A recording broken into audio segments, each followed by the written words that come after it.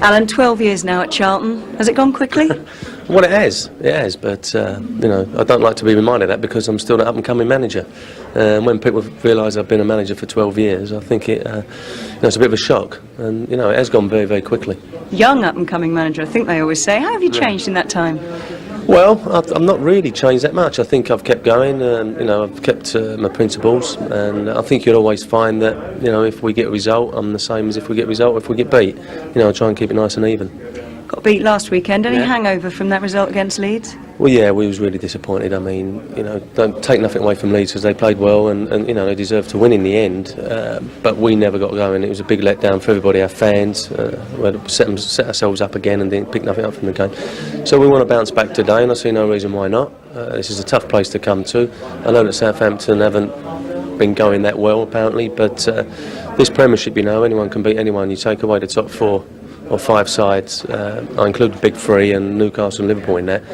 Everybody else can beat everybody else at the moment, and I think the results are showing that. A win today put you in the top 4. Well, it'd be nice if we can do it. We come in with a lot. Although we got beat last week, we come in with a lot of confidence, and we're looking forward to the game. Late fitness test for Klaus Jensen. How did he get on? Well, no, he's okay, Klaus. I mean, what happened was. We've got lots of injuries, like everybody knows, but before the Leeds game we played it quite safe and had no contact in training and played crap against Leeds. So this week we introduced a bit more competition in the training like normal, and then we got an injury yesterday. So that's the way it goes, but he's okay. I mean, he just got kicked on the foot and he's a little bit sore, but he's okay to play. So he's back in the side. And Paolo Di Canio back as well. Yeah, he's back, and he's really looking forward to it. I think he took it a little bit personally last week. We got beat, because he was out, and he's hoping now for us to get back on the winning ways, I think. Thanks, Alan. Good luck. Okay, thank you. Gordon, not entirely happy with the performance Tuesday. What else are you looking for from this team? Well, first of all, it's easy to be blasé after the final whistle and you win. You can start talking about performances. I'll contradict myself now. Just a win will do. Then I can have, if I don't win with real style and panache, then I can have a good moan. Goals at a premium, but no Kevin Phillips in the starting lineup. No, Kevin's been out for about 5 or 6 days now with a virus, and he only got back the other day there. So we'll try to make sure we play at a high tempo, and maybe Kevin couldn't have given us that for a sustained period. So the reliance is still on James Beattie up front to score those goals then? I know, we brought Marion Pahars back in, and Brett, hopefully he will get something. So we're really playing with 3 strikers, so we're saying okay, there's 1 striker's not there, but we've brought 2 in. Where will Marion Pahars fit into the team lineup? Not telling you, it's a secret. Will he be in midfield like he came in against... Alan Kirby's listening, I'm not telling him anything. Against Aston Villa he came on in a midfield type role. Do you see him further forward than that today? Again, it's quite a secret. What are you expecting from Charlton? You'll know within 30 seconds. What are you expecting from Charlton today? Tough team? Fantastic the way they go about their business. They work hard, they've got good players, midfield's good, decent at the back, excellent goalkeeper, and they've got Paolo Di Canio up front, and they're a good side, and they've been a good side for a while. Alan kids you on that they're quite ordinary and the rest of the stuff, but I know for a fact they're a good side. And just finally, the FA Cup draw's been made. What do you make of what you've got? Newcastle at home. That's right, yeah, aye. We have had 2 good games against them recently since I've been here, and if the game itself is similar to the games I've had here in the last 2 years, I'll be happy with that, and I'll be happy with the results as well. And happy it's at home? Oh yeah, it's going away up there again. Yeah, thank you. Thanks, Gordon. Ta. Bye. And before we start today, a minute's silence at St Mary's for Ted Bates, who died 2 weeks ago.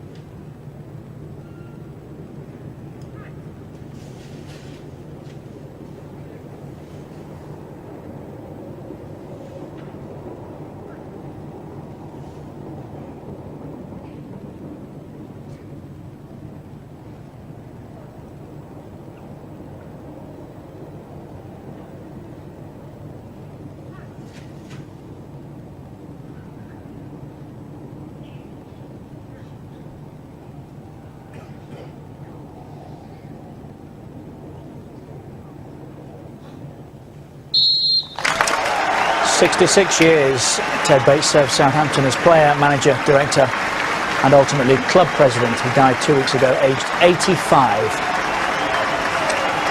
It's Southampton and Charlton on a Super Sunday. Match commentators Andy Gray and Martin Tyler. And today a proper tribute to Ted Bates.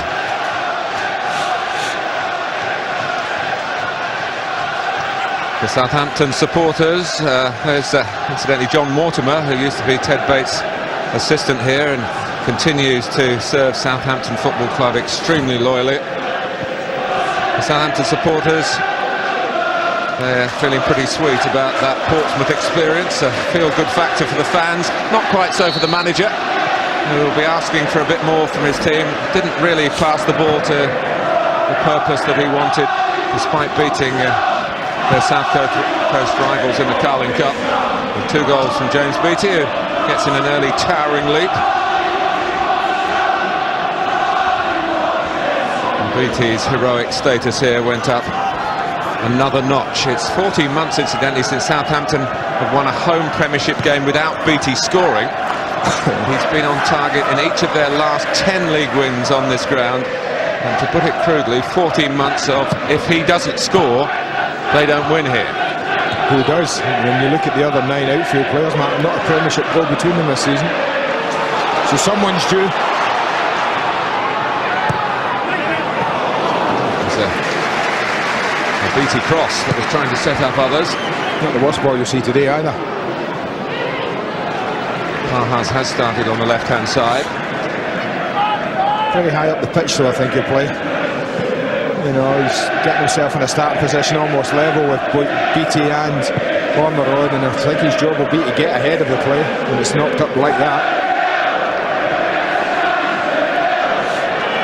Higginbotham, as Andy said, he's still in with Graham Lasso having a hamstring problem. Forward from Telfer. That just shows you see Paul Telfer playing that narrow, Martin, as well. Higginbotham crossing on the run. The Lapper got into the penalty area. 4 league games without a goal, Southampton. They've only scored in 5 of their 14 matches in the Premiership this season. Thank goodness for Gordon Strachan and his team. They've been defending splendidly. They're certainly looking for a fast start here. Charlton pen back in their own half and at the moment in their own penalty area, trying to deal with the long throw from Delap. Portsmouth goalkeeper Pavel Cernicek had his own way of trying to deal with it on Tuesday, coming to collect the ball directly, but Dean Kiley didn't make that sort of move. In from Prutton, and Kiley is there this time to scoop it up on the half volley and get Graham Stewart on the ball. Decent ball again, lovely run from David Prutton from midfield. Played it in early. Just no one in there for Southampton catching up the play. Eamon Ryderson has scored the winning goal for Charlton at Blackburn. And Holland got a couple in the win at Birmingham. Charlton have been getting goals from different departments. But they've not scored. Only a couple of visits, it must be said, to St Mary's. Ewell.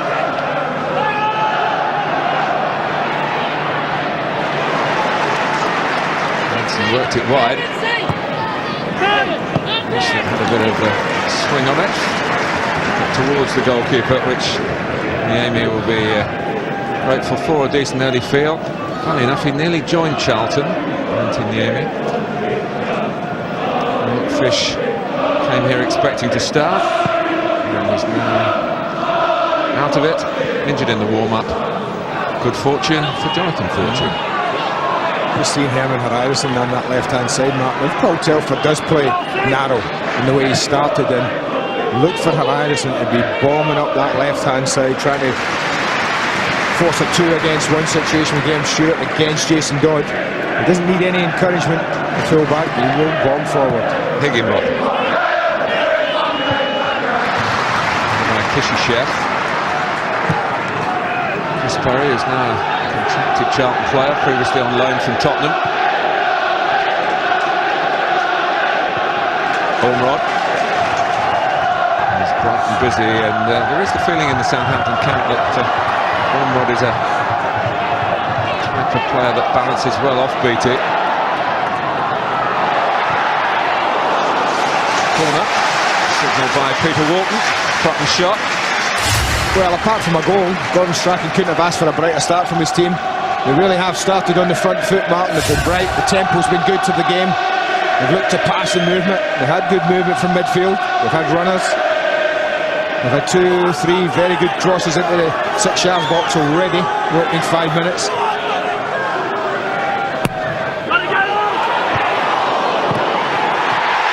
And that's over the line, is it?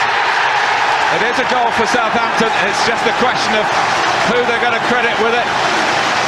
Well, the centre-backs are on the job done, isn't it? Michael Svensson. He's the one. Certainly, the linesman made a big decision. I don't think he was in line when he made the decision. I just looked up quickly, Martin, and he was about 3 or 4 yards off the touchline. You watch it. Does he come off of that line, the linesman here? This ball is struck there. There's the deflection. There's the ball there. It's certainly over. Look where the linesman is. 2 yards off it. Then he runs in and signals if the ball's over. I think he got it right. Don't think there's a doubt about that. Jason Newell's just not able to hack this out in time. As Svensson just diverts it, and it's over. Right decision. Funnily enough, as Newell kicked it out, it hit Svensson and went back in. So had the flag not gone up, it still would have been a goal and his goal. Well, now it has been the perfect 5-minute start for Gordon Strachan. Amazing, isn't it? So the only thing missing was the goal. They got it. I just wonder how much that late change has discomforted Charlton at the back. It's difficult. I mean, it wouldn't have helped them. I mean, changing your plans that late. But I mean, Jonathan Fortune would have come in, Martin, and I don't think there's a problem with that. You know, it's prior to the game starting, so they would have been able to talk to him about what was required and how they were seeing it and who he was marking and everything like that. This is a little, that was painful, Scott Parker. He does get his fair share of whack, Scott Parker, doesn't he? He's a totally committed midfield player. He got caught there, okay. Oh, one or two rueful expressions. Alan Kirbishley, Keith Peacock, the assistant manager, formerly a manager of Gillingham, Keith Peacock, and Gillingham v Charlton in the FA Cup. Southampton, if you haven't heard, are at home to Newcastle.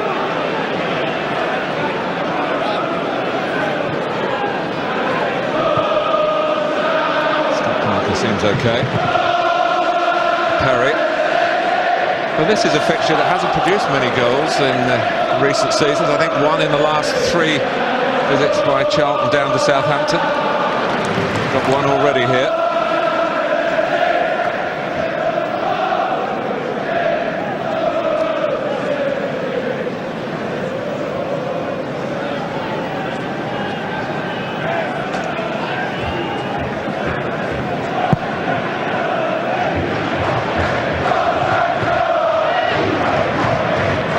Jensen. Now Parker.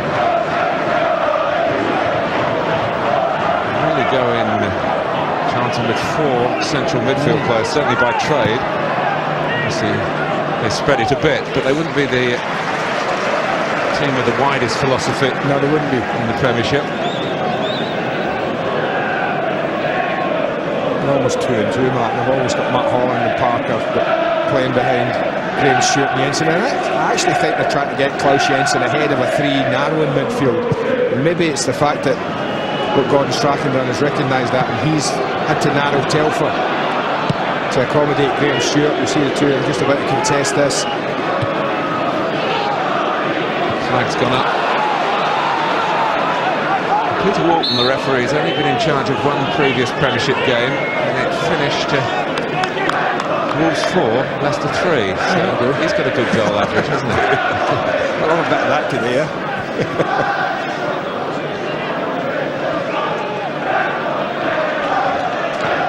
Martin Yerby, the assistant who flagged for the goal, and flagged perfectly correctly for the goal. No need for television replays to be brought in when you've got eagle-eyed assistants like that. Parker Canyon.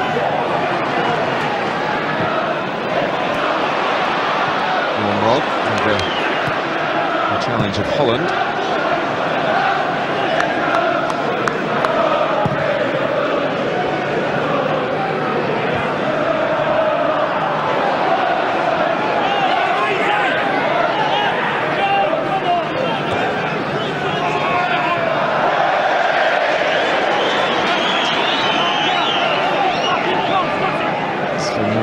Saw his England left-back Ashley Cole sent off at Leicester yesterday. Is he running the rule over James Beattie, who took part in the last international, but only as something of a last resort in his squad. And of course the Scott Parker, who did have 20 minutes or so as a substitute against Denmark. That was his first cap. Kylie had to come for that one. He just got there. Like I said, been impressed with the quality of the balls coming in from wide from Southampton early in the match. They've been into the really good areas. First two didn't have anyone going in on them. That time they did. Rod just failing to make contact with it. Conundrum for Gordon Strachan. Better passing, fewer chances has been the story of his season. He's trying to bring variety to their play. Let's talk about going back to basics before the Portsmouth game on Tuesday. Include the long throws, of course. Well, the more times you get the ball in the 18-yard box, Martin. That is a cold day. He's a Scot. That's his rule, isn't it? From the T-shirt, well, from Aberdeen, where he played a lot of his football, absolutely.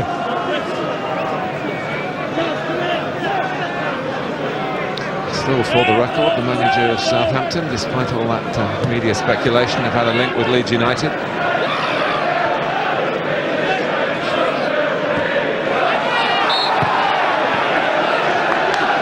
Free kick. And Holland's coming to the Charlton camp. He found himself with the captain's armband this season.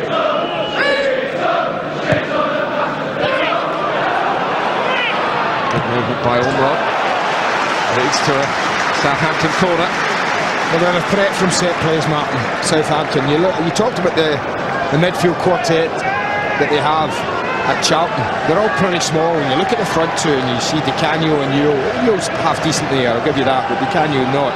So you can see there's pressure on Charlton to defend these well, because they have plenty of options, Southampton.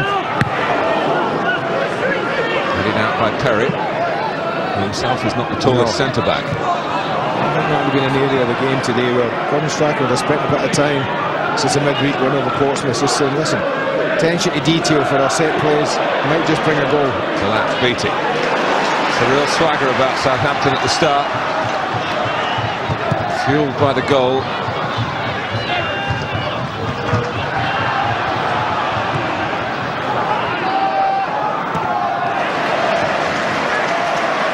Telfer, Higginbotham, Crotton.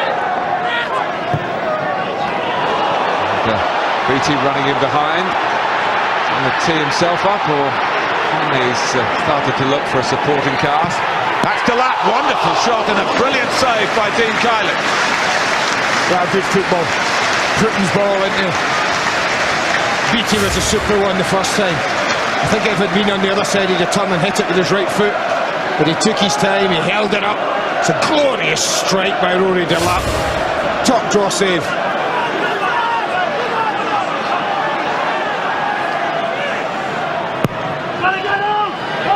Deep corner from Dodd. Another corner for Southampton.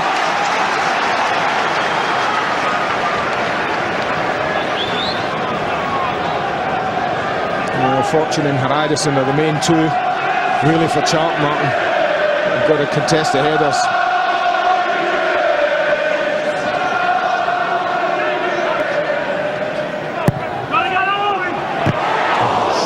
Towards that dangerous centre-back, Klaus Lundekvam, who had a couple of chances against Portsmouth, but is still waiting to open his Southampton account. Well, Southampton might be two up, but not for this fine save from Dean Kylie. Lovely set-up, means he can hit it first time. He didn't disappoint, did he, Rory Delap? That was a glorious strike. Really, really top-class save.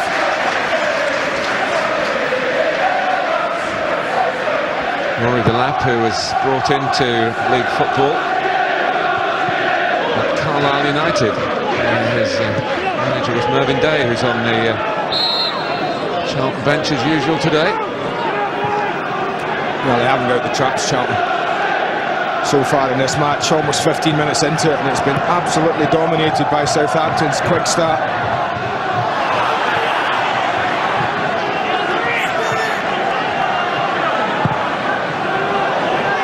With the cross. Hit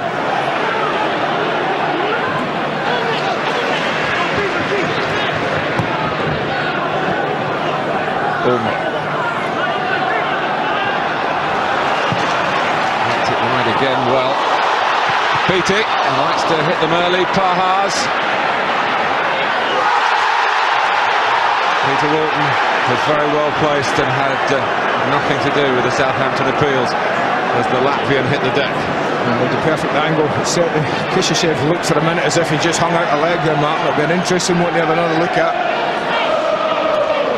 Jensen. It's Kishishev who crosses. Michael Svensson heads away. Kishishev again.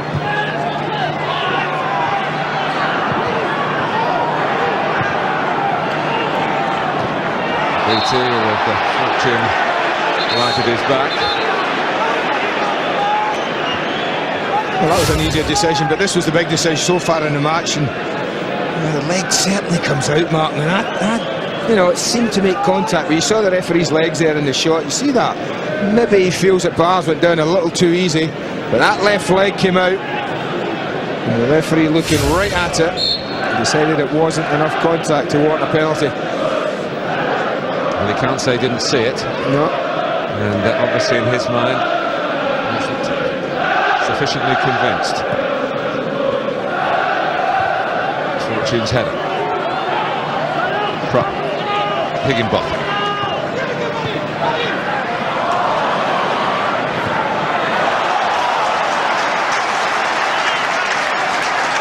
Yeah, they'll do well. I know we talked about Southampton being much fitter now under Gordon Strachan, Martin, but they'll do well to keep up this type of pace for 90 minutes.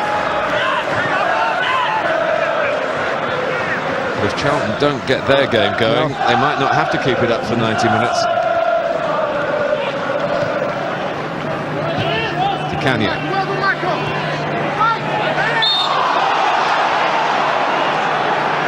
He's a little unlucky, the man in the picture there, Svensson. I thought he just used his strength, his upper body strength, to keep DiCanio away from the ball there.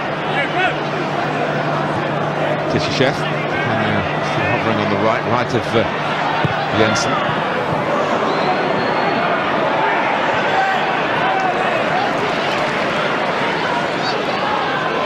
Dodd, 16th season here.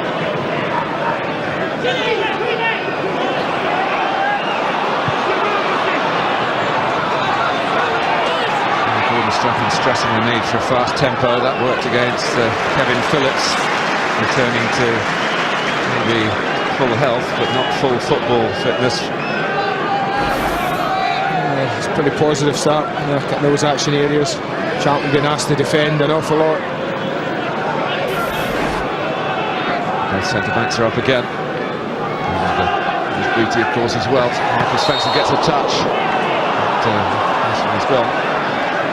Again, he's asking a question. I think he's probably got it right. I'm not so sure what he's guilty of. He looks to be sandwiched down amongst a host of yellow jerseys. Look at that, they're all over him there. Now look at the jersey being pulled. I mean, he's been sinned against rather than the sinner then.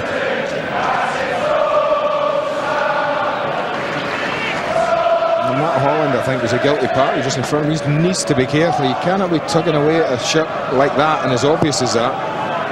You really are risking giving a penalty away.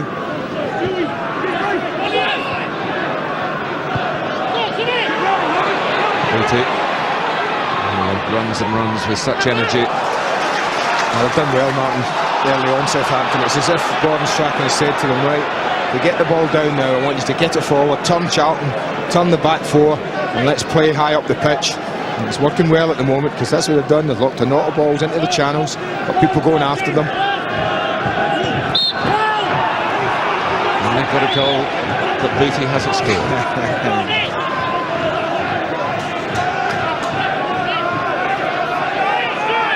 Svensson has really made himself quite a cult figure here, particularly for his goal scoring. He's chipped in 4 or 5 times. So there's no nonsense style of defending. Jason York passing on to a stray header. Charlton get a corner. That's footballers who play well, and they really have had a pretty good 20 minutes, Southampton, but all it takes is as you said, a little stray header from Paul Telfer, and a pretty good strike from Muir that looked to be heading on target. Quite worked it properly between Di Canio and Jensen. Di Canio gives the ball to the Dane.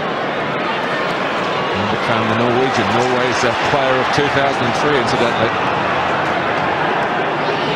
Kishishev.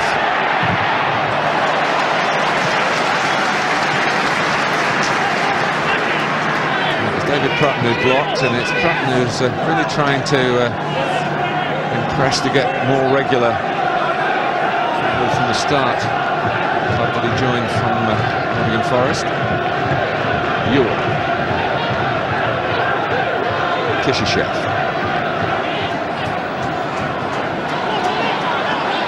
Parker, very much the heartbeat of Charlton Athletic. Nearly dropped for Di Canio. It's better from Charlton. Great ball from that man. Absolutely first class. Doesn't waste any time, Martin. The gap's there, and I always think the earlier the cross and the bigger the gap between back four and goalkeeper, he tried to feed it in there. He dealt with it quite well because it was a difficult ball.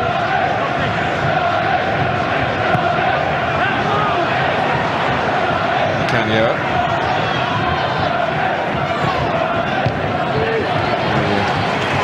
Innovation on the cross.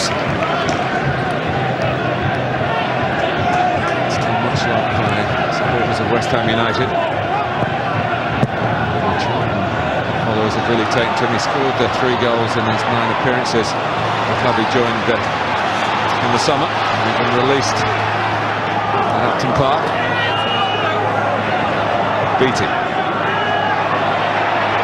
Prutton. It's worth a hit, especially when you can shoot like that. Higginbotham as well. Trying to work out who hasn't had a shot yet for Southampton. Well, you mentioned David Prutton. He started the game as if he's saying to Gordon's track, and I want to play. His tempo in his game has been excellent. Kishishev.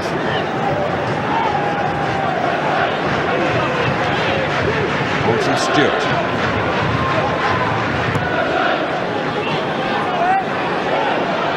And Stewart again. Ewell. Di Canio. Very good football from Charlton. Yeah, they're looking for offside, Southampton, but they aren't getting it. It's a lovely move. The front two combine really well. You look at Di Canio just pulling in behind Klaus Lundekvam. You can see again the officials get it right, and he doesn't quite hit this the way he would have liked. We know what a good volleyer he is, Paolo Di Canio, and that one rather off the shin.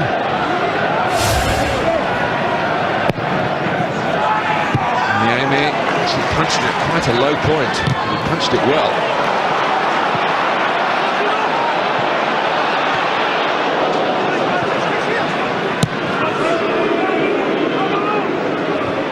Svensson's header, but it Charlton's way. Very good ratio, 5 shots, Southampton, 4 on target. That will please the manager. Jensen. Holland. And now Parker.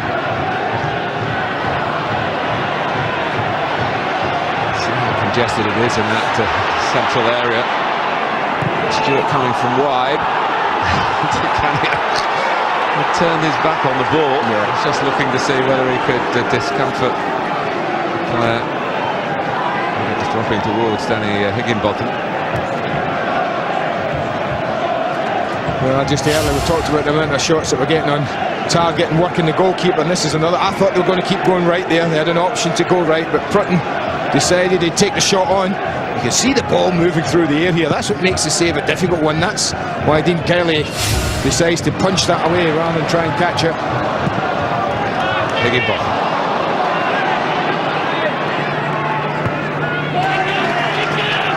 Svensson.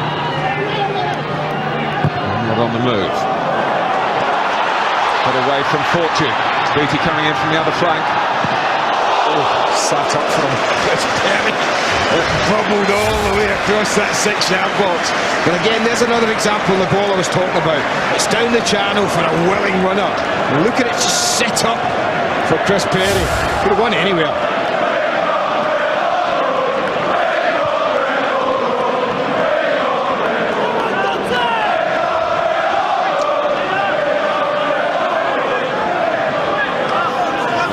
Right in by the goalkeeper. Look him in the red and white jerseys, Martin. They're trying to cram into that 6-yard box. Just the nips away from Delap. Free kick's been given against the Southampton midfield man. It's another good ball in. Plenty of options for them. We've always got someone attacking it.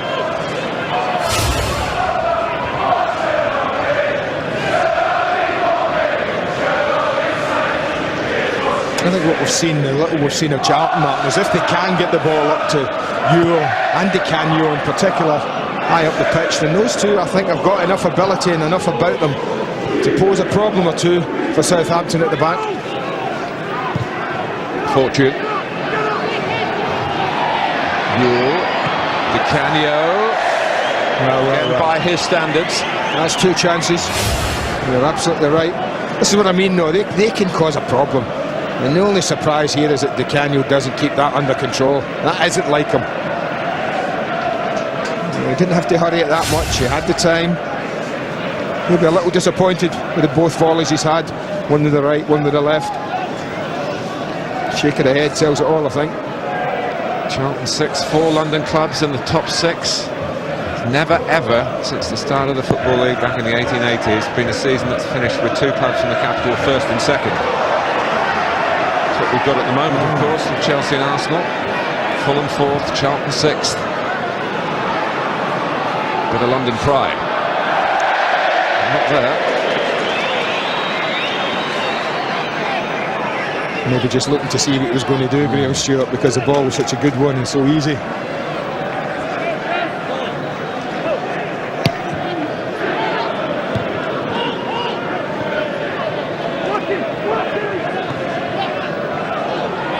Haridus.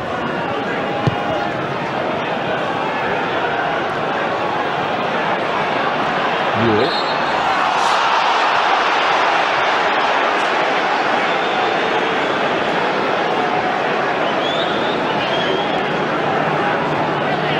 Madison trying to sneak up on the far side. Fortune going forward.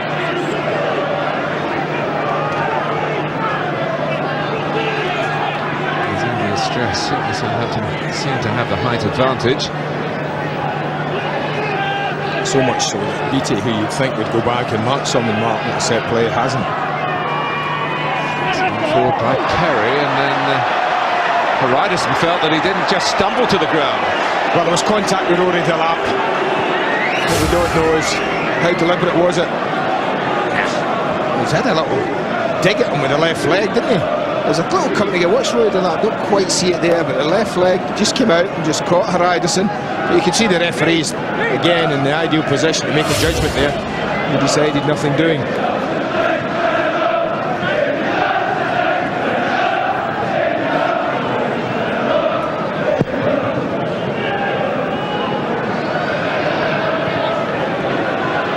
Fortune. And Parker charged down by the eagerness of Delap.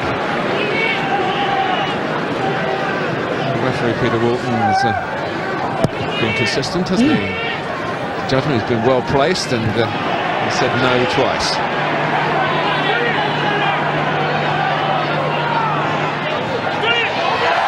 Parker just run it out. Sets very high standards for himself, Scott Parker. Extremely professional young man.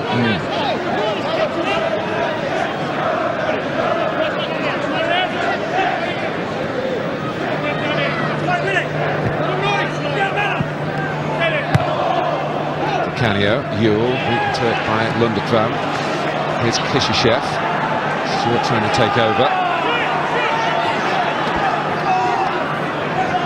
Kishishev, now Holland. When they do just move it wide, you can see how Southampton have to adjust, as Telfer did then. Yeah, a way to get forward, Andy, through Haridason. I think it's there. I mean, I think both sides can see that if there is space to be had, if you can transfer the ball from one side to the other pretty quickly, then there will be space for full-backs.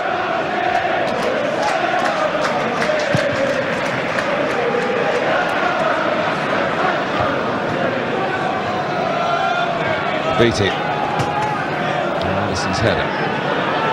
It's done by Parker. Dog stepping in. Next goal you feel very important. Southampton have looked likely to get it, haven't got it. Charlton have just started to bed into the game plan a bit better. I do think that late restoration at the back is something we could have done without. And also the worry about Klaus Jensen today. He wasn't past fit, Andy, until they actually arrived at the ground. They had a fitness test with him just running, but he didn't kick a ball until he got here.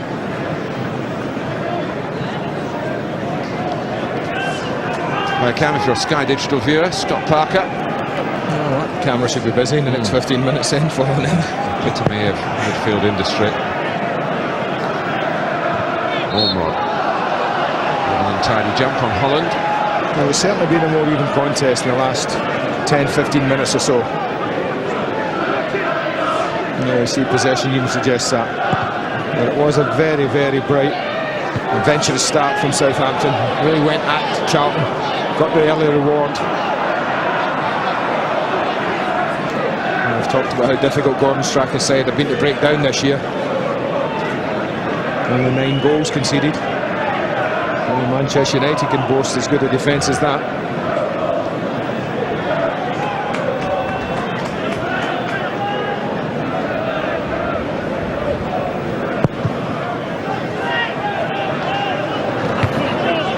Fortune.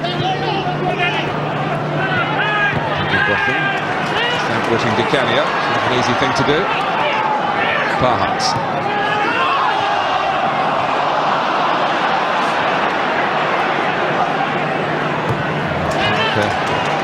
Outside him, Dicania again. He goes for it and he's beaten to it, this time by Svensson. Well, it's great when you watch football live at this moment at the ground, is when a ball's played to a player and there's somebody coming in at the back of him and you hear about 25,000 people shout, "Man on!"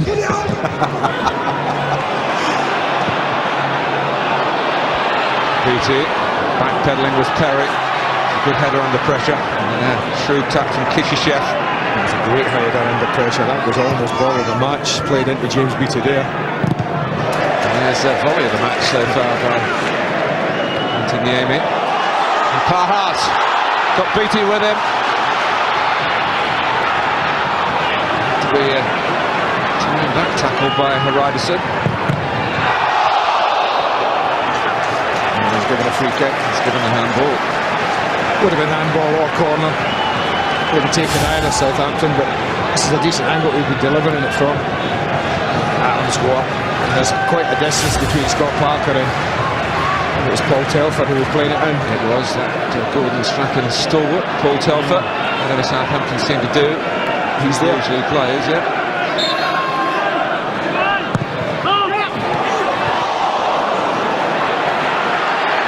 Lindekrantz.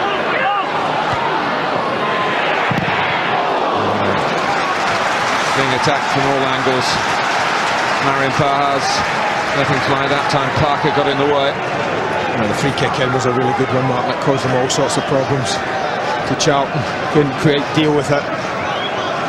Got the long throw from Delap to try to deal with.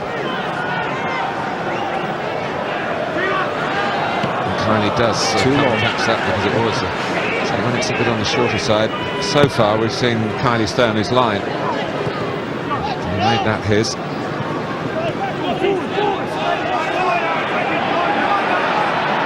Ewell.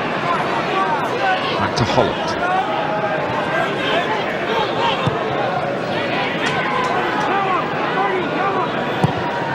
Long from Perry.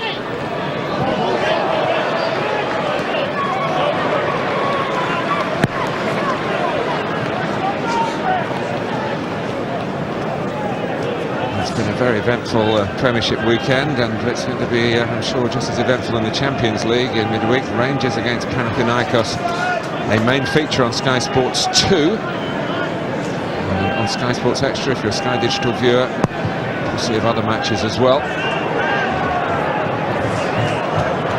Pahas. Goes up against Ormrod. Southampton think it's a free kick, but it might well have been had Ormrod not gone into an offside position. It's interesting exactly here what happened first. Well, I think what happened first, Martin, if Pahas plays the ball and then the tackle comes in, as soon as he's played it, and Ormrod, I guess, is technically offside first before the tackle's made. You see the ball, he plays it through, well, overruns it a bit, but there's a pass, so that's offside. There's the obstruction, so to speak. So the offside is first. There's no doubt that would have been a free kick in favour of Southampton. It's a good sight for Southampton fans, isn't it? Pahas back running at the opposition. He's a very good player. Scored plenty of goals here. It was David Jones who brought him over. Had to work really hard to get him a work permit. I think those who granted that work permit have been justified. 3 or 4 appeals by Southampton before permission was finally granted. And look at Latvia now in the European finals. And football will be taken seriously in the Department of Employment. It's Yule. Cut it back here. Haridason. Well, you do one or two things when you get in with Jason Yule. Got to here. And this is one of the two. It's borderline offside. You either stand it, a little dink, or you pull it back into that kind of area. Unfortunately for Charlton, they didn't have anyone in the middle of goal meeting that ball. And Addison couldn't control it in the end. But promising again. Just to round up that Champions League scenario for you. Arsenal against Lokomotiv Moscow. Arsenal have to win to be sure of going through. Sky Sports 2 on Wednesday. And all the other games on Sky Sports Extra with Lyon Celtic of tremendous importance to the British side of the Champions League. Not to mention the Scottish side of it.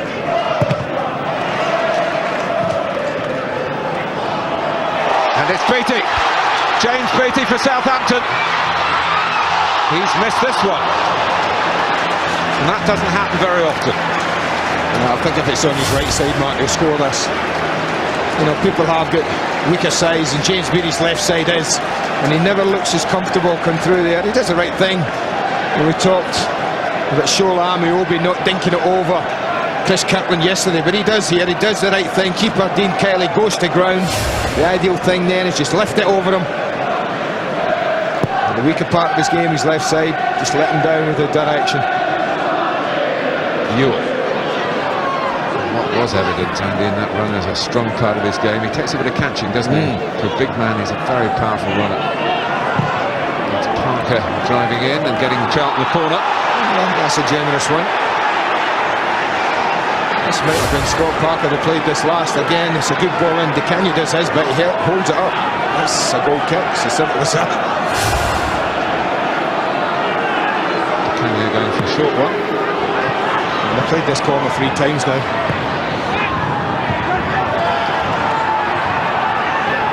Taking a touch, and another, and another.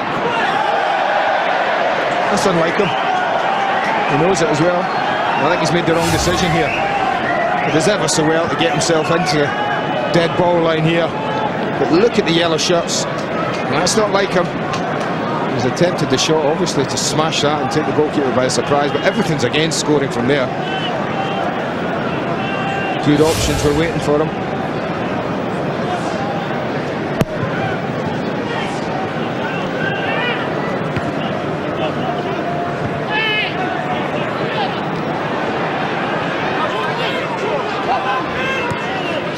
It's been an open game, and after Southampton's scintillating start, it's certainly evened out, as the attempts show. On target, way ahead.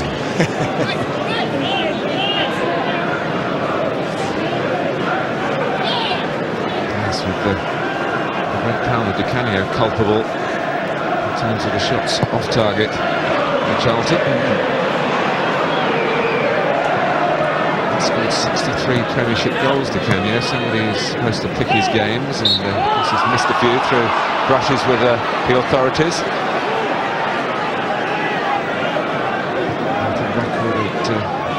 Better than one every 3 games. A few penalties in there, but I bet he's earned plenty of those penalties himself.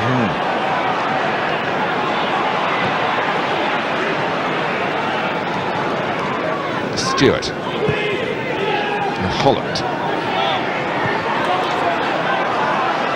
Good possession for Charlton. Fortune.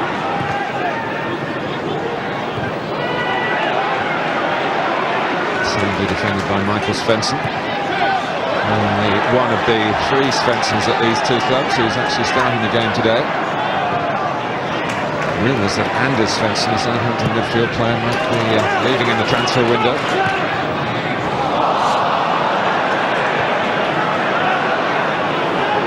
And Matt Svensson of Charlton is on their bench. There's been some neat and tidy football played today, not the 40 minutes from both sides. Jensen. Always look good when he gets on the ball. Parker. Ryderson. That's where you think Southampton should be strong aerially. Holland. Numbers back, talking about congesting the centre to snuff out the opposition. Chance here. Should break quickly. Beattie wants it back. Gets it back. Just. Don't think it's gone out. 1 or 2 appeals. The flag has stayed down. Here's Higginbotham, will want to hit it with his left foot if he can. Pahars. Challenged by Kishishev, Southampton throw.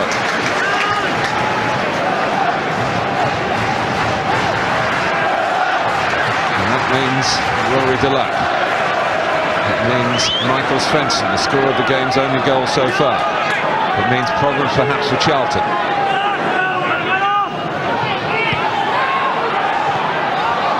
Ormrod. Telfer. One splendid shot. There's how Michael Svensson's up there again. Leaning on.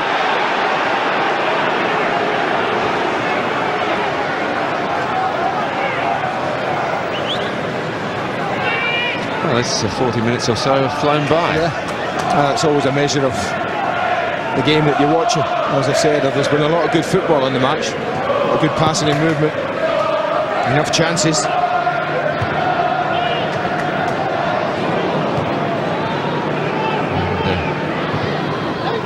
Plenty for those Southampton legends, Messrs McMenemy and Shannon, to assess during the half-time break. Not that they need anything to talk about, those two, do they? They just talk football. And horses, I guess, in Mick's case.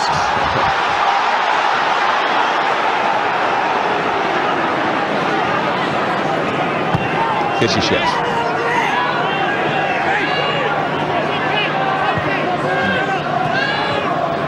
This is when change of play would have been on, Martin, if they would have shifted it quicker.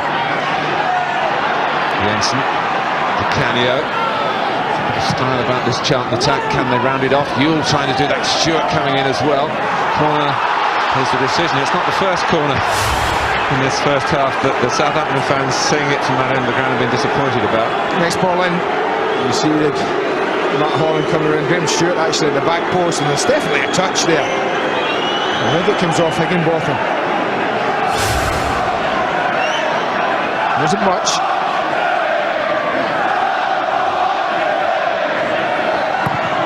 Di Canio takes. Parker. He thought about catching Niemi off his line. He was sadly mistaken from Charlton's point of view. A fine goalkeeper from Finland bowled it out to Pahars.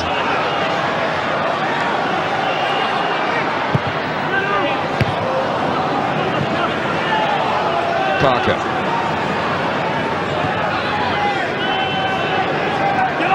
Ryderson.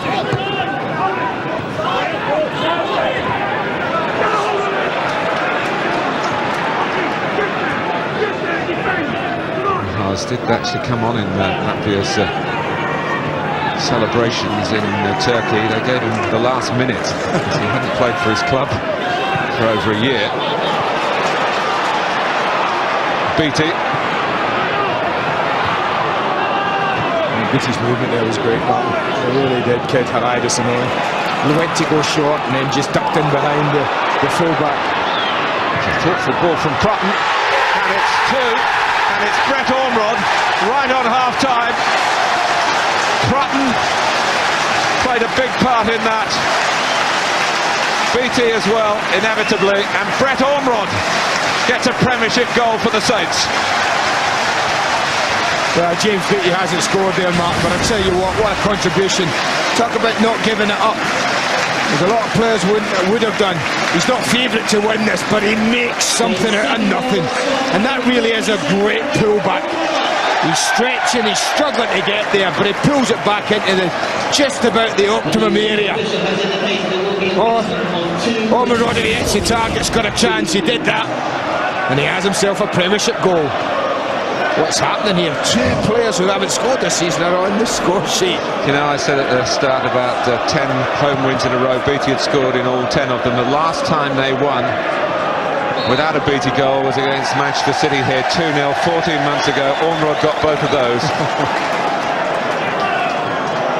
That's his first league goal this season for a player who's very popular in the Southampton dressing room. They love his eager beaver style, and if you keep driving on, grafting away, eventually there'll come a chance that will be taken, and you've just seen it here live on Sky Sports for Brett Ormrod.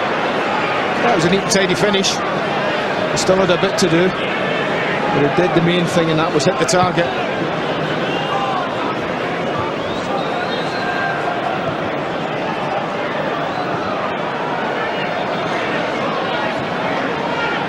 Kishishev.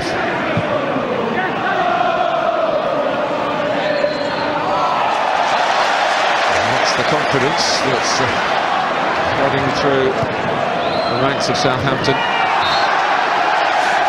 given their recent goal drought and their definite dependency on Beatty. This is heartwarming stuff on a cold December afternoon down on the south coast. Gordon Strachan will be delighted. As I say, first 15 minutes they had a fabulous start, got the early goal. Certainly a more even contest for the last half hour of the first half, but right when they would have wanted it, they've struck with the second. Yes, a goal at the start of the half. Ormrod struck right at the end of it to cement Southampton's position. They were off to a flyer. Michael Svensson deflecting in a goal that was given on the flag of Martin Yerby, who spotted it very correctly. And Gordon Strachan has got the gusto and the guile that he wants from his Southampton team, but it's only halfway. It's Southampton 2, Charlton 0.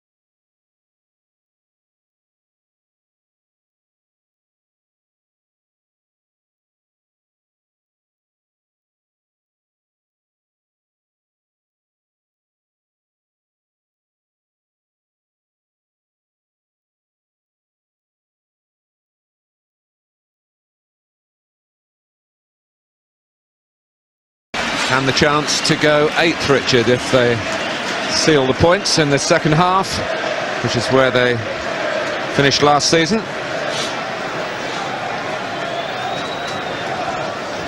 Marian Pahars, his comeback extends into the second half, and he'll be followed by the player cam if you're a Sky Digital viewer. I suppose James Beatty is the McShannon of his day, isn't he, really?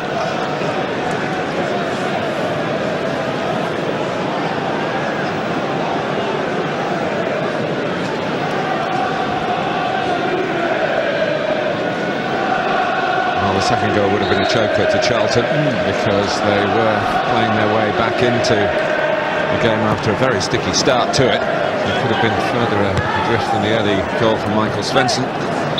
Well, you talked in the first half about 1-0 Martin, but the next goal being a vital one. I actually think that if there is another one, then that's the big goal in the game, because Charlton played well enough to have scored a goal and to have been level at some time in the first half. And you just feel if they strike early. They have. Scott Barker, 2-1. Tremendous strike too.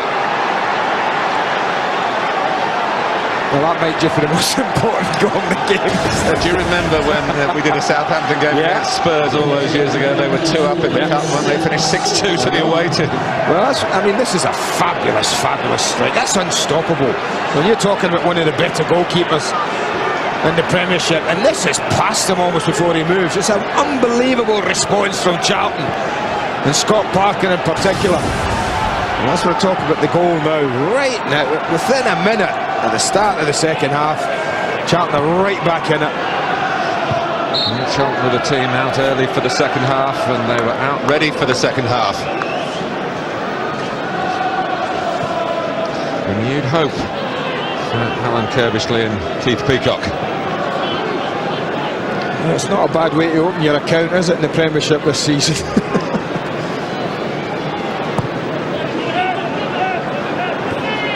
He feels he should score more goals, Scott Parker.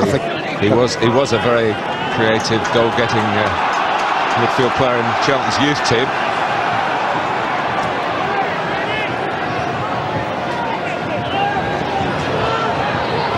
Parker clears. That was a goal to show the England manager, wasn't it? Just a bit. Hope Sven-Göran Eriksson was back in his seat. Yeah, that's good. That would too. Certainly there now.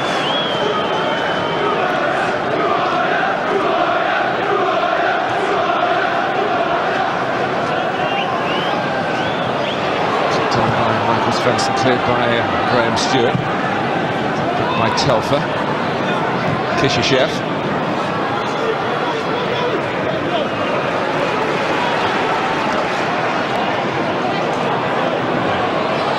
The throw he used from a different angle, but it was to very good effect. That was great thinking from Rory Delap. So on the road in the penalty area. I knew he was certainly long enough for the throw to get it in there.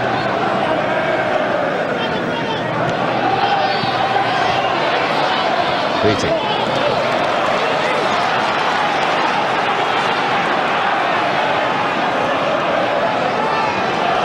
So the ball in Rory Delap's strong arms again. It's the signal for Michael Svensson and Klaus Lundekvam to make their way towards the edge of the goal area. He stayed on his line and ball came with him in a comfortable place at a comfortable height. He was annoyed with himself for his distribution. Telfer using the longest throw effectively. And it's his cross. Football of the direct nature, and Rory Delap's having a very good game. Well, crossing's been good. I mentioned it first half, and that is another cross into a very good area that says go and attack the ball. And Delap didn't disappoint. Good header, good save. And Stewart. Here's Dodd. This comes Holland for Charlton. Backed up by Haridason.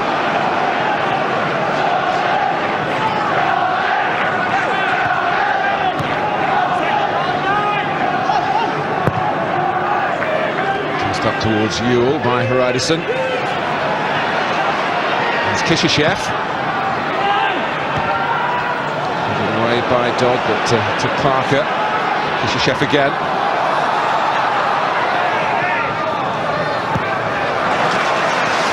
Well, it's game on.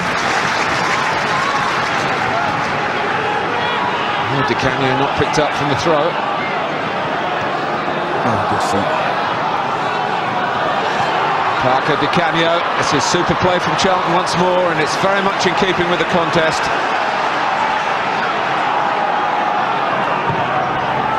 Back by Haridason. I have to say, David Martin's a lucky man, because Scott Parker been less than honest there when he got the return from Di Canio. There's a lot of players would have gone to ground and made a attempt to tackle him, stayed on his feet. Means the referee didn't have to give a decision. It was all smiles at half-time for Southampton. Not now.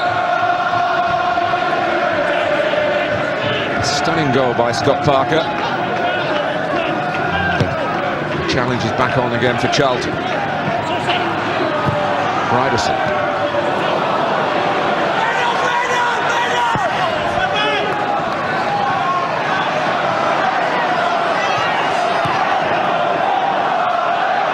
Stewart. Lindekrans keeping his eye on the ball, but Parker's backed up the play again. Stewart, that could be a bit under hit. Parhas had a game or two under his belt, he might have intervened then.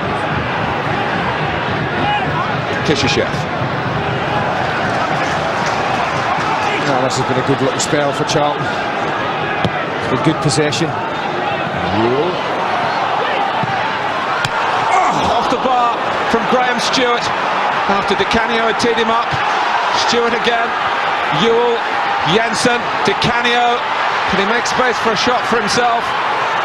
Down he goes. And He's given handball against Di Canio. Now this is a lovely play again. Look the way Di Canio holds it up, feeds it there, and what a strike from Graham Stewart. He's away. You see Graham Stewart, he wheeled away. He thought it was in, but certainly had beaten Dean Cowley. And this is instant. Tries to work a position for himself. Good pressure on him from the defenders. Just falls in it, a little bit of a handball. What a strike that is from Graham Stewart. And having wheeled away, he then came up with a terrific touch, didn't he, when the ball came back his way to toss the ball back into the danger area.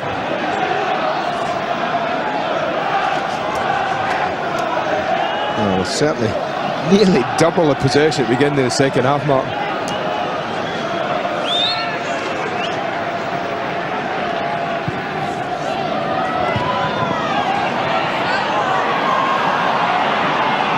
Jensen scampering away as Kishishev, matched by Prutton.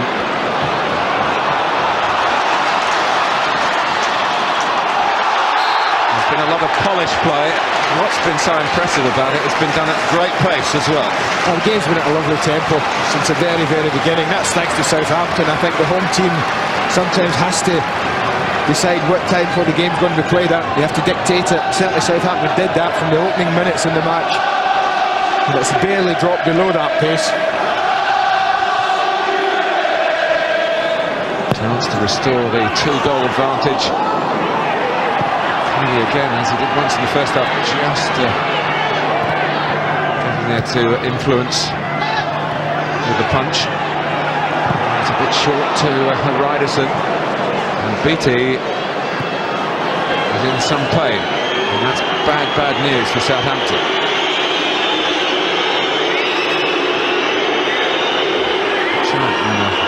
To be fair, Di Canio has got an award for his sportsmanship. You remember that incident up at Goodison Park the first time. James Beattie's 200th game for Southampton today. They'll be hoping it's not going to be cut short. Attention please, attention. With the driver of a white Astra I think he'll recover from that. Yes. registration W871RBN. Eventually. Yeah. Please return to the He certainly won't be wanting a cold sponge down here the day like this, will he? Are waiting. Thank you. Gives us a chance maybe to have a look again at that splendid goal by Scott Parker. We don't need an excuse to look at this again. Maybe could have been pressed a little earlier, but take nothing away from Scott Parker. It's a glorious drive across Antiniemi. Just no chance. Great view of it now.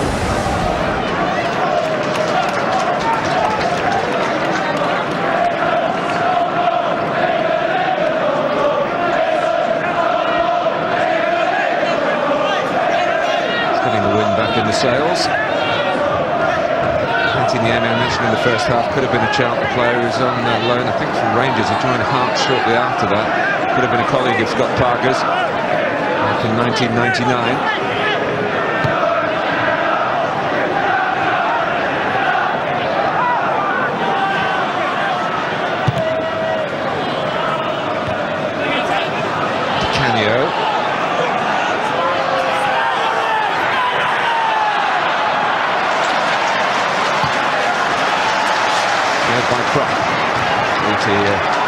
In full working order.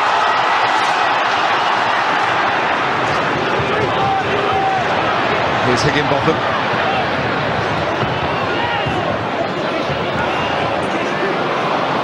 Tackled by Kishishev. Yu. He would have been switched into midfield today if Jensen had failed his fitness test. Stewart. And Parker pulling some strings here for Charlton. Canio. Good sport. It's Kishishev.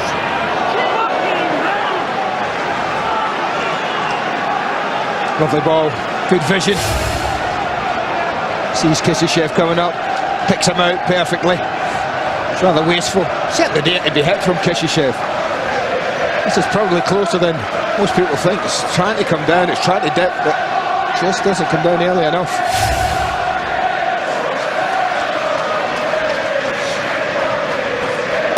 Well, they're up on attempts.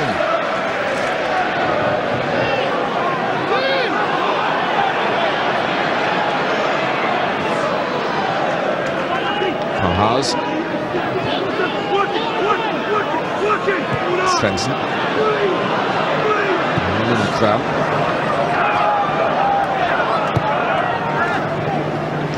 Headed on cleverly by Beattie to Ormrod. Here's Pahaz.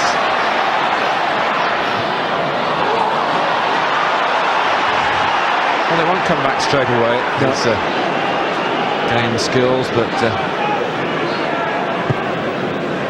there's been some encouraging moments from the Southampton point of view. It's outside the transfer window, but it's almost like getting a new player, isn't it? Oh, of course it is. Yeah, it hasn't fully figured this season in the Premiership. It's similar with Tino Delgado, striker from South America. He was amongst the substitutes today. Another of the forgotten men.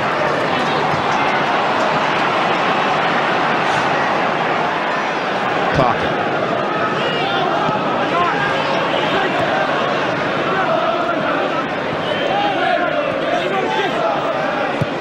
Delac.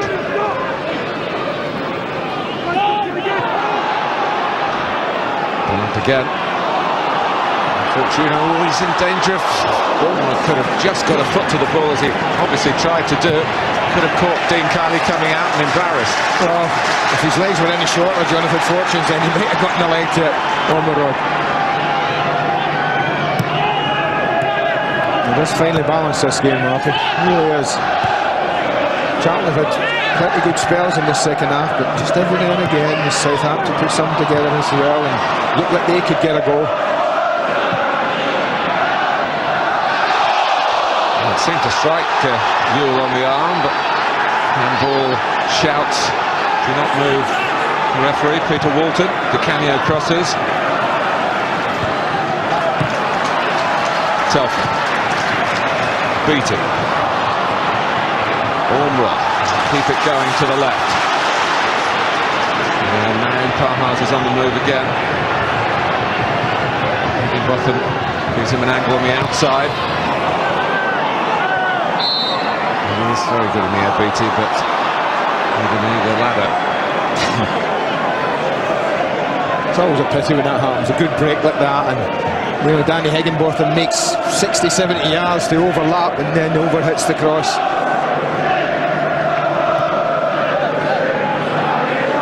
A game well worth concentrating on, whether you're simply watching at home or the manager of Southampton FC. Di Canio. Just ahead of Lundekvam. Jensen, can he find an angle for a shot himself? He's trying to do that. Here's the corner.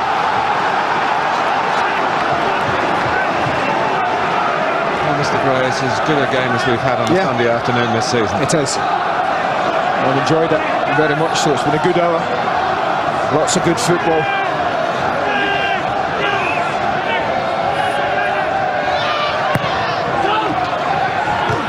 Fortune, Di Canio. It's Graham Stewart. Well, the only problem for Stewart was he hit it too straight either side of Niemi, and it would be 2-2. Well, Di Canio as well hits one of the volleys he gets right. This one, what a good block that was. Straight down to keeper's throat. Sees it. That's a good thing from Niemi. Didn't come through a ruck of players.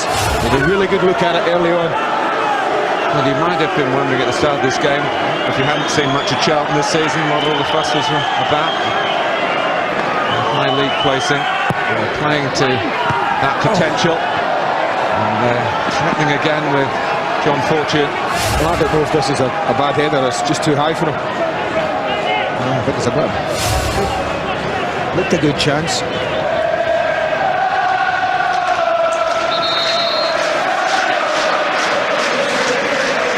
Graham Stewart might just be pondering, should I have another goal if I get a chance? The third time lucky.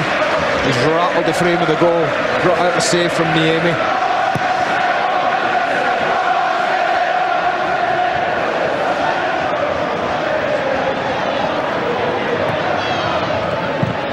Dodd. Ormroth.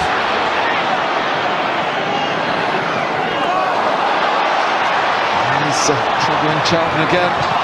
Parker. There's Fischer-Chef there as well. It's a case of too many cooks. As Charlton defended, it was looking a fairly precarious situation as Ormrod made an incisive break. And play on, the advantage. Peter Walton's enjoying this as much as the rest of us, I think, the referee. Flag has gone up, but it's gone up for offside. Just for a minute I had a look. Me too. I thought it was going to go across the chest for a handball.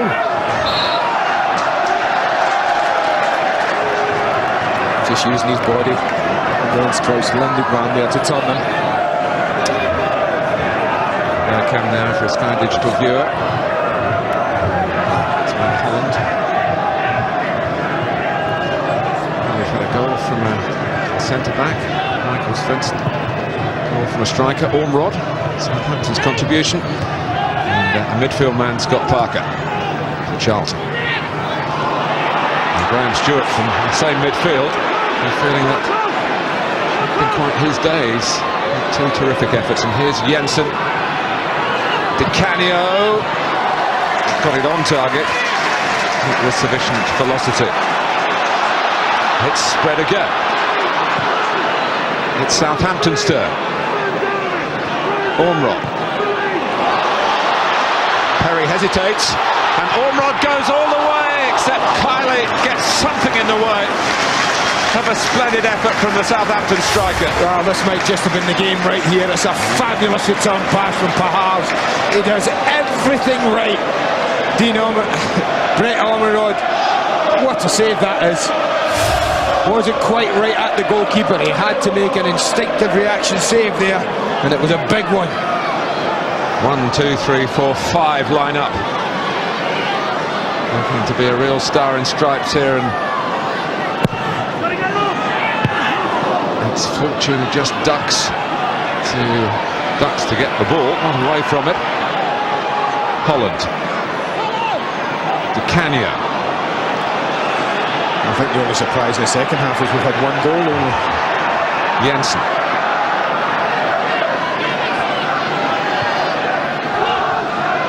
Ewell. Parker.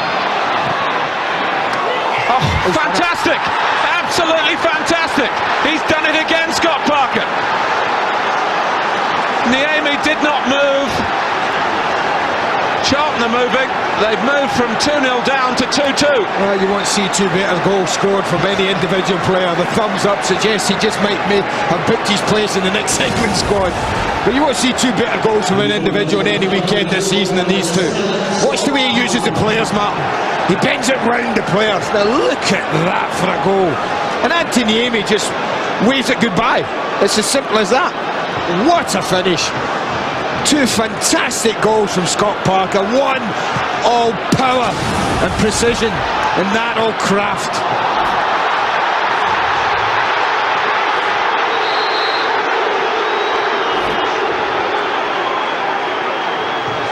Ormerod needs attention. Well, Brett Ormerod, who's down, Mark, could easily have won the game 30 seconds earlier when he had a glorious chance to put his team 3-1 up. He didn't take it, and Gordon Strachan's team now find themselves level. Told you the next goal was important at half-time. Who wins this one now? What you can't tell us is who's going to score the next one, can you?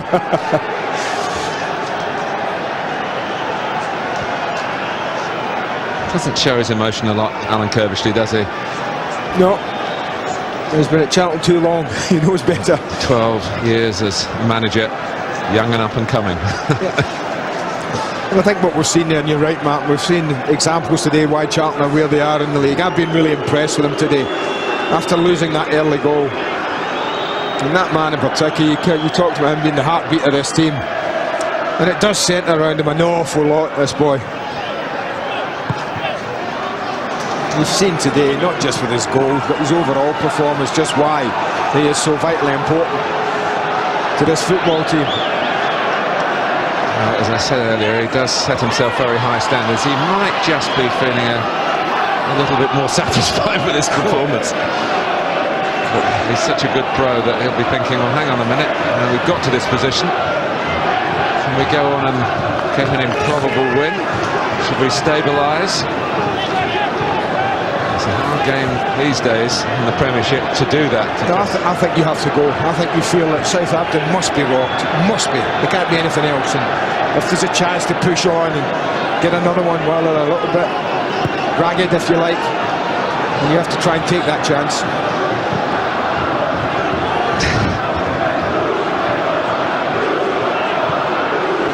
Delap.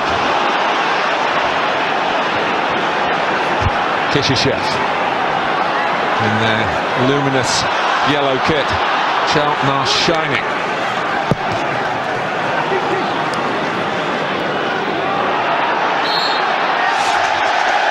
Perry used to be nicknamed the Rash because he got all over people. All over James Beattie there. Told you they didn't win if Beattie didn't score. It's not finished yet.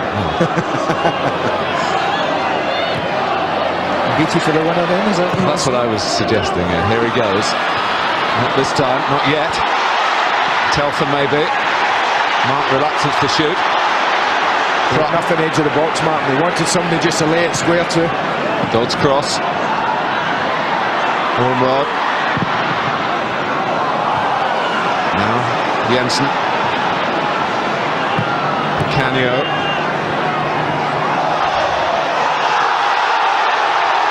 It's gone Charlton's way. Dodd goes apoplectic about that.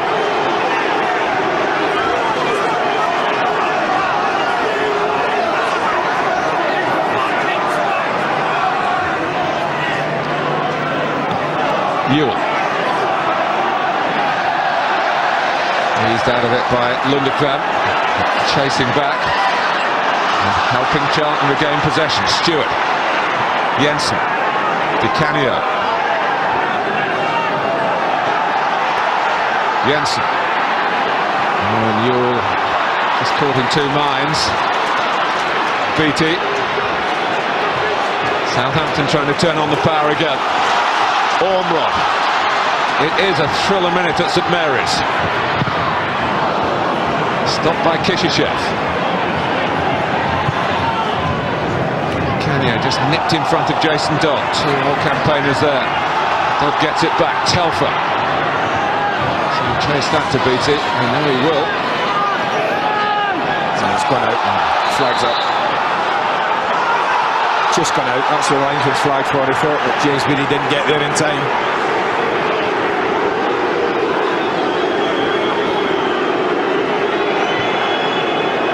I mean, I don't know if it's been deliberate with Charlton, but Di Canio's almost played like a left winger this half, Martin. He really has played most of the football the second half, right down below us. Higginbotham. Still, I'm delighted to say, 20 minutes to go. It's a shame it's not 30. Well, as I say, the tempo in the game's been unbelievable. Horrendous. To the stage where, you know, if it is going to take its toll in any way, it'll be round about now on in. Canio, Jensen. Here's Holland. Beckoning Kishusef forward. Maybe some of the pace is starting to tell. No, you couldn't blame them if it did. As I say, they've been great, the players, everyone out, both sets of players out there. The tempo they've put into this game. It's been hugely entertaining.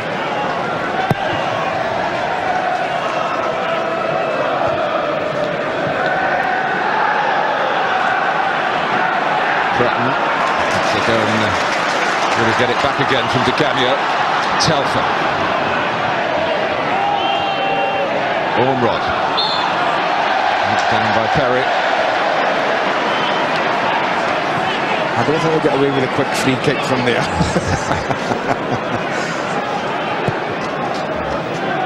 It gives them a chance to put a decent ball in. Gives Svensson and Lundekvam a chance to go and join the lap. Ormrod, Beattie, Higginbotham, all potential targets. Do have that extra physical presence, you feel. Svensson couldn't make it count then. I'm still hoping to be here the day Klaus Lundekvam scores, Andy. Who'll get one first, Stefan Onshaw or Klaus Lundekvam? Carlton Cole has been called back by the Charlton management.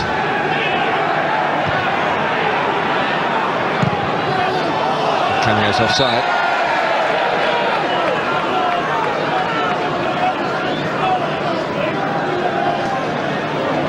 Guess Di Canio might be the more vulnerable of the two frontmen if it's going to be one for like in terms of the change. Maybe that's why he wandered over to the right for the first time in the match. He feels it's It's flicked on here and there's plenty of options for Charlton. Jensen, it's Stewart. And it is Di Canio, and it isn't Charlton in front for the first time. It looked, as that move built up, more than once that it would be. Well, there's a chance here for Graham Stewart. He just loses footing there and he gets caught up. They scramble it clear, but just straight to Di Canio. It's not an easy angle. He doesn't have a lot to aim at, Martin. But he worked the goalkeeper.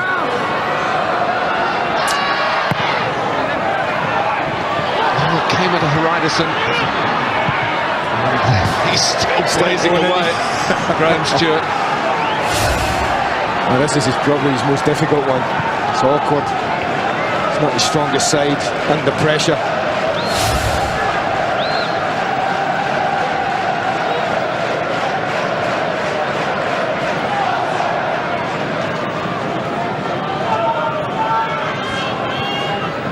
He's suggesting a Charlton change, and it is going to happen, but there's activity on the Southampton bench as well.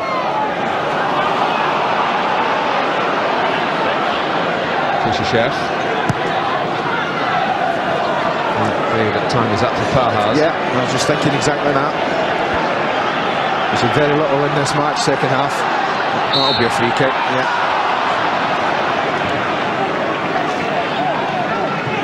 Still with the energy to chase back, but he has mistimed his tackle. But it is, Andy, something you hear and read about from time to time in the papers, that the Premiership is only in terms of quality about the top three clubs. Southampton and Charlton, we should be grateful for giving the lie to that today. And there are plenty of others involved outside the top three. Here's Jensen. The entertainment level that comes from Premiership football. I know we haven't seen many goals this season, you and me, but I did do a check, and actually by last weekend there have been more goals scored this season than last season, just on other days, Andy. We picked the wrong game for him. Well, it's been great today. We've had 4 so far. Could have been more. Saves have been made by both goalkeepers. Good saves, big saves. Frame of the goal's been rattled.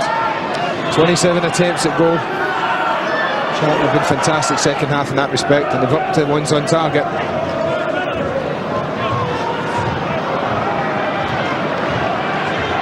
Lindekrant. That was ambitious. Rules pass to Canio. Lurking with intent. It's not like him. With that, I mean, I don't think he was ever set properly to get this on target. You can see it's almost behind him, the ball, and he's away from goal. It's really ambitious, even for that man. His time is almost up. Enter Carlton Cole. One of several players loaned out by Chelsea with their influx of newcomers at Stamford Bridge. Only take one player as a loanee from one club. Actually, Charlton were interested in Boudewijn's Enden, but found the rules were against them. Cole actually arrived with an injury. It's taken a while to get him right. He's not yet started a game for Charlton Athletic. He's a talent though, Martin, Carlton Cole. And there is Pahars. You thought that would be the case, and that's understandable. 75 minutes. It's quite a good option to have to come on. I know he's not been firing recently, but that will surely change. Well, he's due one rather than later. Yeah. Got a league goal here at St Mary's. And he's a second coming to Southampton. Of course, he was a trainee here. And released, he was a youth team right back, Kevin Phillips, and became an England striker.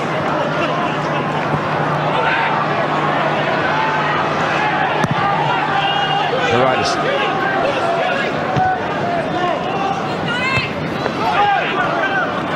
Holland. Someone who could take it down. He managed to hoist it away from Cole.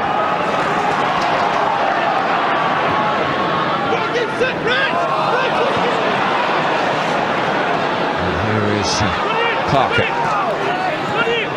He has really shaped the second half.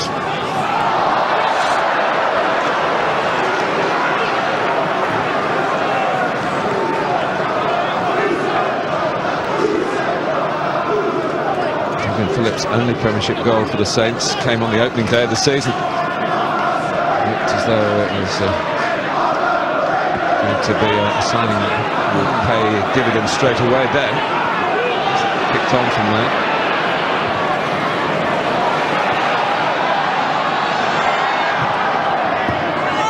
Here's Phillips.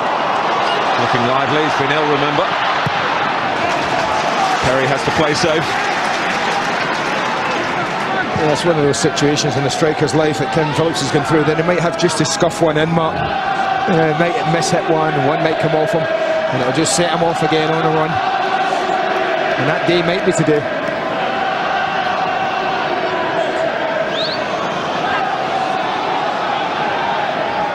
The lap.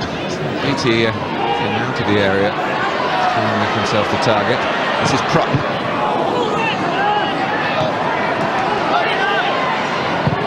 The lap. Nearly one for Phillips. Higginbotham.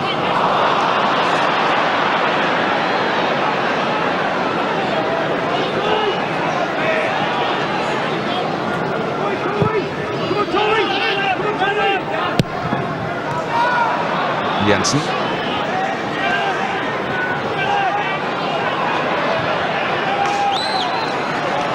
Forced to play it back.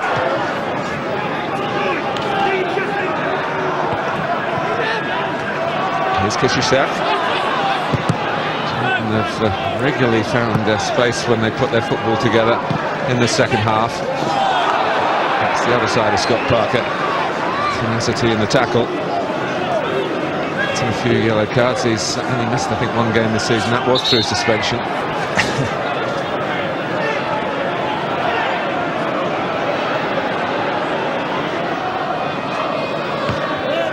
problem he's got with the international scene, of course, is the midfield that almost seems to be set in stone, doesn't it? I mean, him and you look at Frank Lampard, Martin.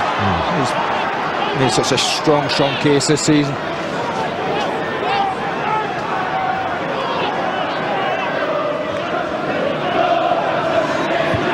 Fortune is up a little awkwardly. And they do take a chance, I think, defenders at times. They really clamber over the... They would say forwards don't really jump. Well, not if you get two hands on your shoulders, it's difficult, isn't it? But this has been an area of the game where they have caused a bit of problems and they've looked less than safe, Charlton.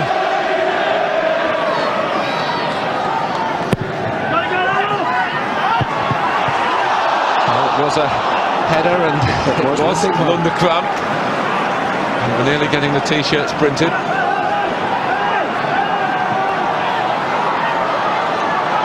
He can stay in. One stat we haven't given you, I don't suppose we've got the number of long throws from Rory Delap. It's a great weapon for a team. It's just like a corner, isn't it? That's the thing about it. Charlton can push out here. Dodd.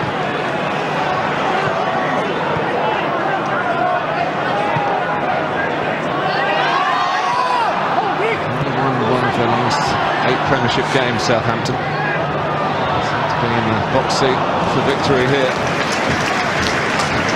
And there were 2 goals to the good at half-time. Well, this is a Lundekvam header. He just pulls away, you see him to the back post, and Carlton Cole doesn't, Jason Neal doesn't get with him. Needless to say, Scott Parker on the line.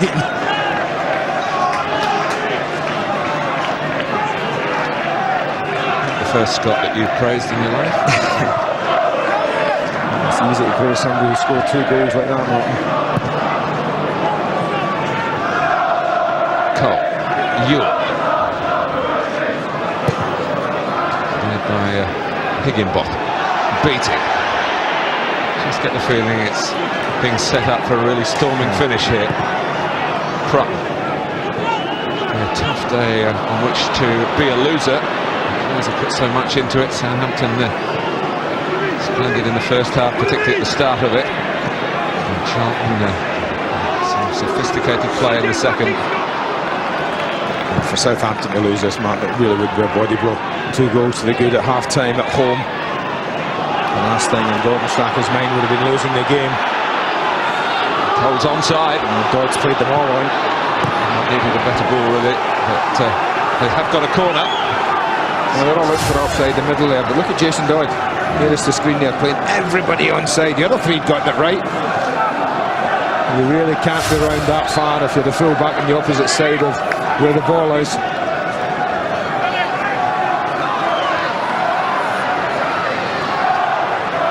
So it's a corner to Charlton. 7 minutes to go. Fortune. Again, putting players on the line is a valuable form of defending. It's not always the case. Champions League, remember, in the week.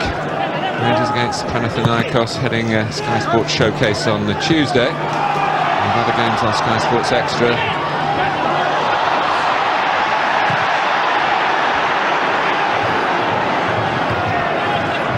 Dodd. Phillips.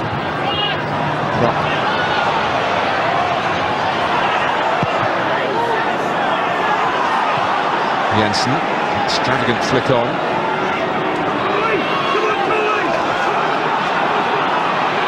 Higginbotham. Responding to Southampton's need here. Telford's good in the air, but just a little bit shy of Herman Hreidarsson, who is a taller man and also uses his height bravely. Telford can cross now. He could have done, but he's getting a bit closer to try and put it right on Beattie's head. Great ball. What a difficult ball to defend. Chef did defend it. The entitled to have someone on the end of this, Paul Telford, is entitled to ask the question why. There isn't. It really could have gone anywhere off Kishishev's shin.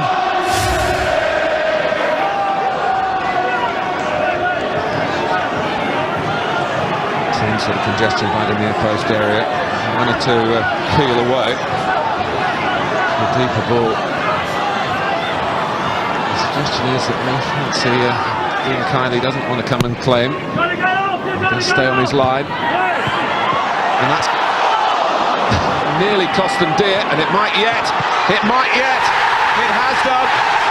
And Brett Ormrod puts Southampton back in front with 5 minutes to go.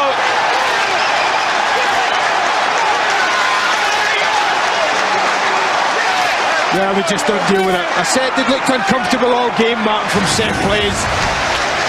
First of all, Kevin Phillips keeps this one in. And they manage to scramble it clear, but look at the way that they're able to keep the ball active, keep it in play. You can see what a good decision it is, Martin, from the linesman. It's a close one, it's borderline, but it's the right one again, and it goes in Southampton's favour. And Ormrod, who got 2 the last time they won here, as you've told us, when Beattie didn't score, has got 2 again today. That's the omen. But there's still 4 minutes to go. And Stewart, who did clear that first one off the line, he must be wondering what he's got to do to get something for Charlton today. But he has got them a free kick. I can tell you that Gordon Strachan will not be happy if anything comes of this.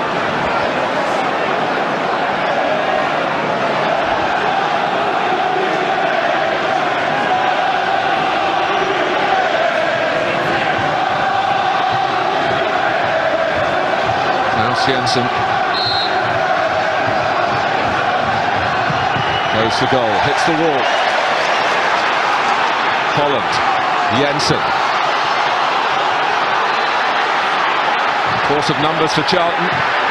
Fortune, Ewell, Jensen didn't get there.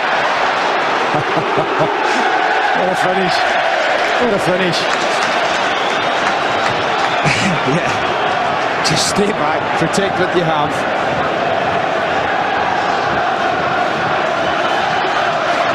So he doesn't show his emotions, but you know what he's thinking. We played so well the second half. Yeah. But it's looking as though, in the end, it might be a return to winning ways for Southampton. Phillips.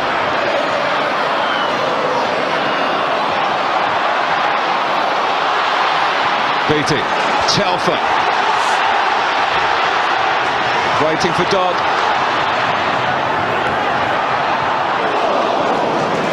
Holland, I don't know whether he knew that Ormrod, who of course is on a hat-trick, was behind him. No hurry to take this. No reason why there should be.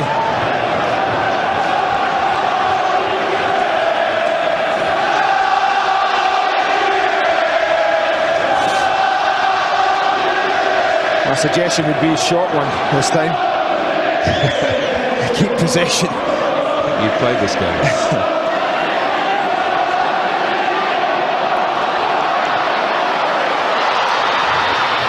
Beattie hasn't given it up. I'm sure Charlton haven't given it up, but they're running out of time. Wednesday, quick reminder, Champions League, Arsenal against Locomotive, Sky Sports 2, and then all the other games, all live on Sky Sports Extra. It's a fantastic facility. Phillips.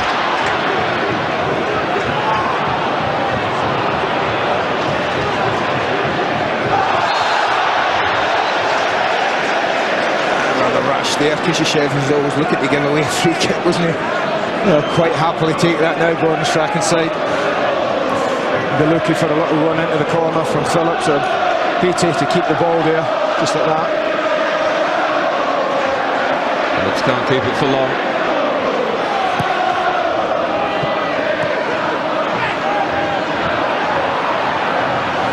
Well, I have to say, man, it has been a hugely entertaining football match. Can't think of anybody who's been sitting watching this at home that couldn't have enjoyed it.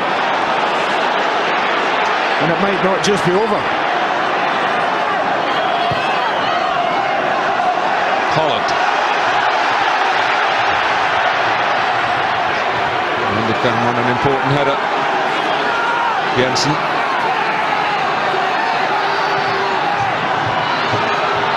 Stewart.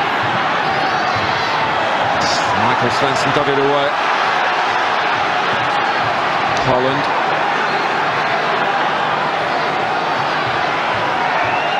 Banks of players forward for Charlton, but can't really find the pass to work it forward. Here comes Chris Perry. And head-to-head with Ormrod. Metaphorically, foot to foot, to be accurate. And Ormrod, with Beattie going towards the near post. Put away by Fortune, kept in play by Kishishev. Added time. Parker, who certainly doesn't deserve to be a loser, and that goes for plenty of his teammates. But Jason Mule goes in, bounce, beats Stewart. Southampton have regrouped.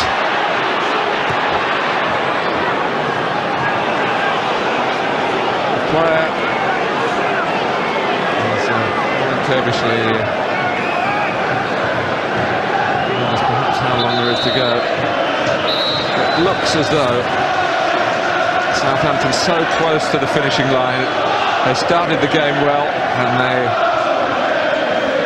it appears, are finishing it decisively. Michael Svensson.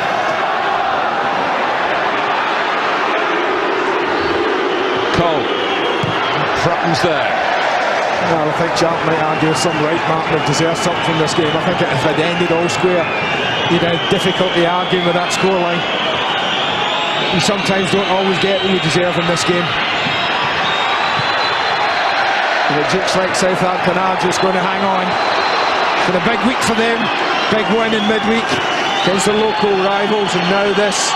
And Gordon Strachan was looking for them to show they could get goals, to come up with 3. Phillips. Free kick to Southampton. All credit, there are players that we again bring forward here. Hat-trick's on. Here goes Brett Ormrod. Pick your spot. Kylie says no. And 4-2, possibly unfair. It is 3-2. But the player that Gordon Strachan always refers to simply as Brett. Here's the man who'll take the headlines. 2 goals for Brett Ormrod to deny the 2 goals, sensational goals from Scott Parker in the second half. Charlton hang their heads, but they plenty to be proud of what they put into the game. Poor Alan Kirbishley, tough one to lose. Great one for Southampton to win. They were 2-0 up at half-time. In this part of the world, they know a thing or two about cruising, but Michael Svensson's goal and Ormrod's first weren't enough. Parker with 2 wonderful shots brought it level, but the sting was in the tail. Charlton felt it, Southampton applied it. Southampton have rediscovered, as Andy was saying, the winning ways. It's been a very good week for them. The bragging rights against Portsmouth, and now a victory and 3 goals as well against a very talented opponent in Charlton Athletic. 3-2, great stuff.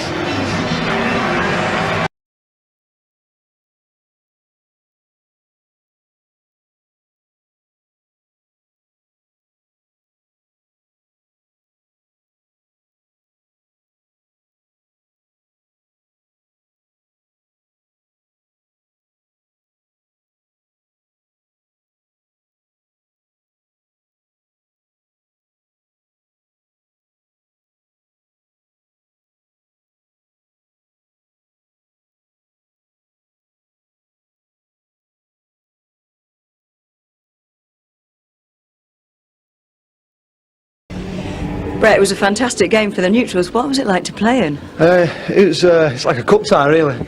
Just back and forth. You know, we started the game very brightly in that, and fair play to Charlton. They came out as the second half. They got an early goal and put a lot of pressure on us, and but we didn't let our heads drop, and thankfully got the win.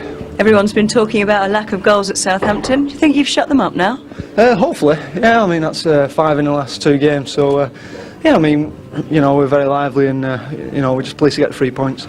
2 for you. The first one, have you got a lot to thank your strike partner for? Yeah, I mean, Beats, he works ever so hard off the ball, never mind about scoring. You know, I think that's what a lot of people don't see about his game. He works tremendously hard, and he got a great crossing and just took a gamble on the front post, and thankfully it went in. Do you learn a lot from him?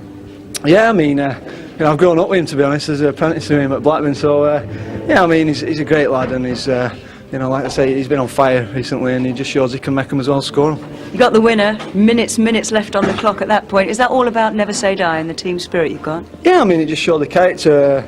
Like I said, I thought they scored 2 great goals, and we didn't let our heads go down, and we kept plugging away, and thankfully, like I said, we got the win. And you could have got a hat-trick. Should have, to be honest. I don't know, I think I tried to give Dean Carley the eyes, to be honest, and he spread it so well, and unfortunately for me, he saved it. Derby win you thought might kick-start your season in midweek in the Carling Cup. Where can you go to from here? I don't know, if we keep playing like that, hopefully we can start climbing the table again. Excuse me, we had a good start to the season, and we've tailed off the last few games, but like I say, it's a big win midweek against Portsmouth, and thankfully we've carried that on, and hopefully we can carry that on from now on. 2 goals, well done. Carling, Thank you. You are the Barclaycard man of the match. Well Cheers, done. thank you. Cheers. Gordon, for you, what was the best thing about today? The finish. Final whistle, that was it. The first half play I thought was excellent. Today we were a threat. I think that's our best performance threat-wise against another team all season. You wanted goals, you certainly got those. Oh, we got that, and Brett scored, and we could have scored a few more.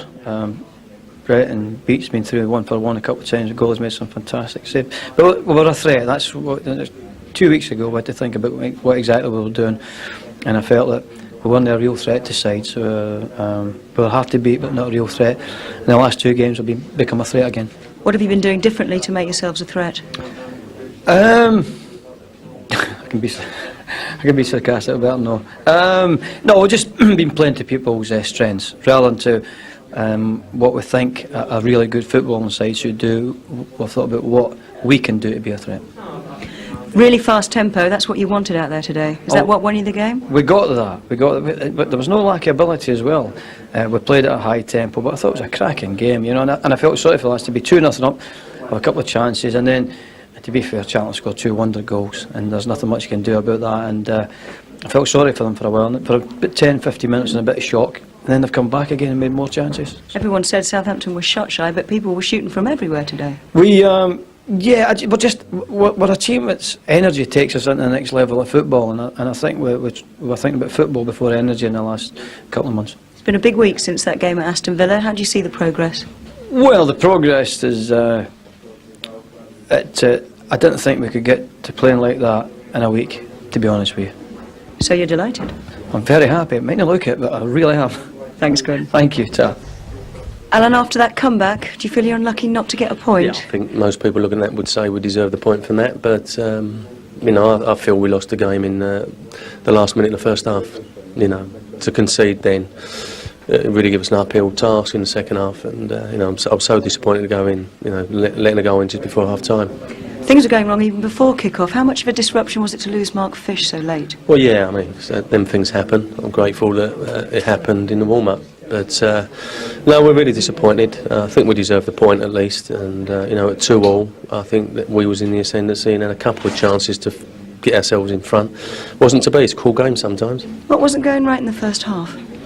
Well, obviously we're letting it go in from the first minute. They're a powerful side. They put lots of balls in the box, and they've scored from 2 set plays in the end.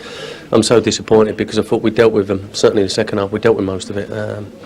But we didn't get going. We were stunned again, and it took us 10-15 minutes to get going. Exactly the same as against Leeds. But at least we showed a few people we can knock it about and played, and scored 2 great goals, and perhaps could have had a couple more. What can you say about Scott Parker's goals? They were fantastic. Yeah, I've been asking him to shoot. We've been trying to walk the ball in, and I think he got in the box in the first half and blazed it across the face. But we've got to start shooting a bit more. We've got the players that can score goals from midfield, and I'm pleased he scored. I hope that's the start of a few more. Got to pick them up now for Middlesbrough?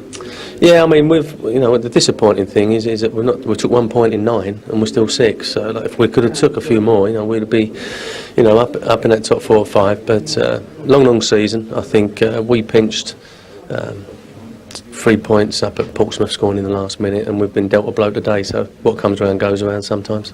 Thanks, Alan. Thank you.